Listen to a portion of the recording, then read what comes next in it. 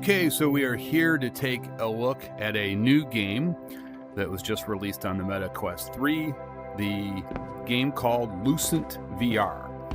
And I don't know if I would really call this a game. It's more like an experience. If I had to compare this to anything, it's similar to Nature Trek, only much better graphics. The graphics are what really blew me away on this. And so I wouldn't really call it, call it a game, but I would call it more of an experience, one of these types of experience.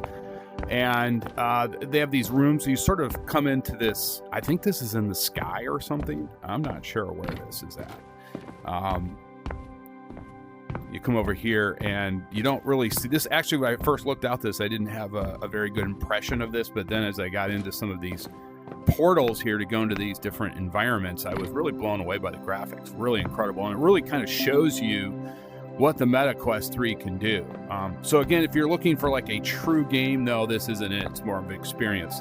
And if you liked Nature's Trek, I think you'll like this because this actually has better graphics. Now, one of the things, I actually left these unlocked. I reset the game, but which you can do, by the way.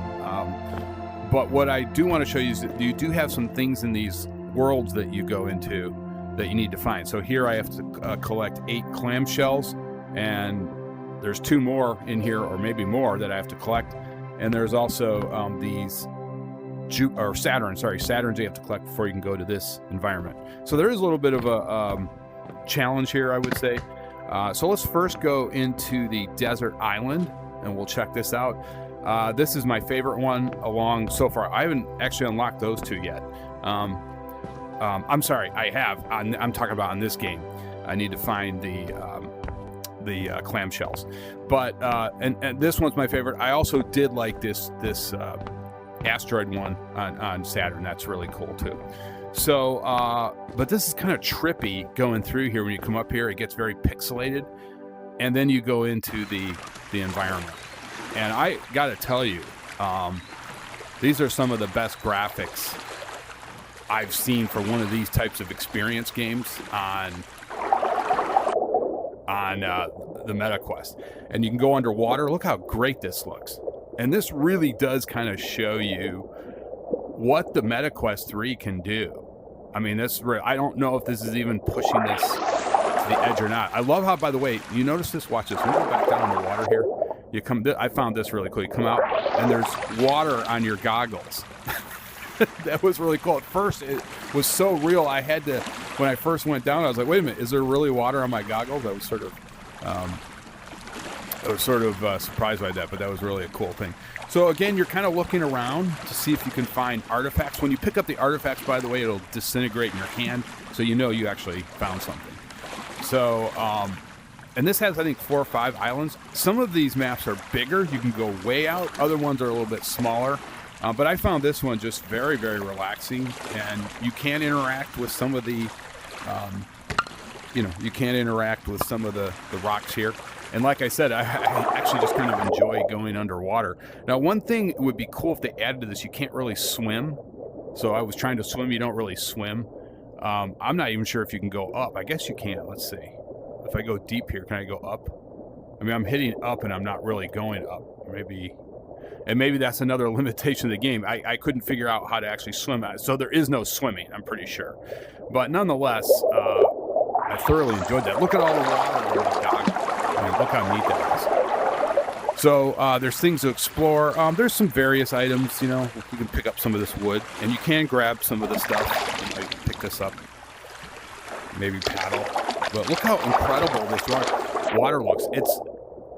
I don't want to say it's as good as the kayaking game Mirage VR, but it's right there. It's pretty close. I mean, it's very close. And for a standalone game, like I said, it's rather incredible.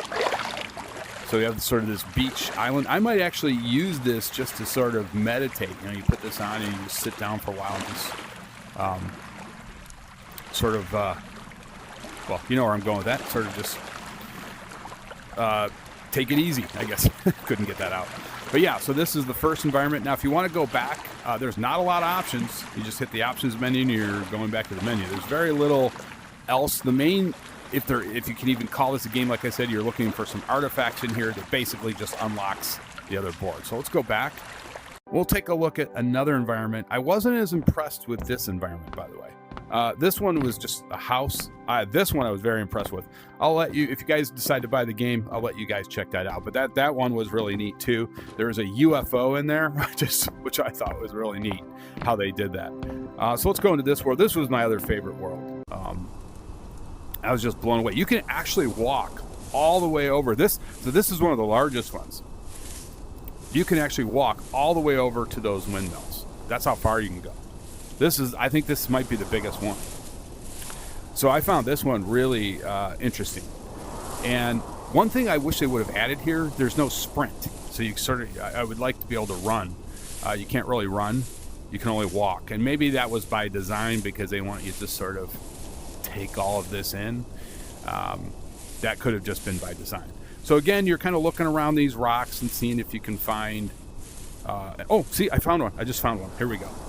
Okay, I'm glad. So there's a clamshell. There we go. Just found a clamshell. Just by walking around, I found an artifact.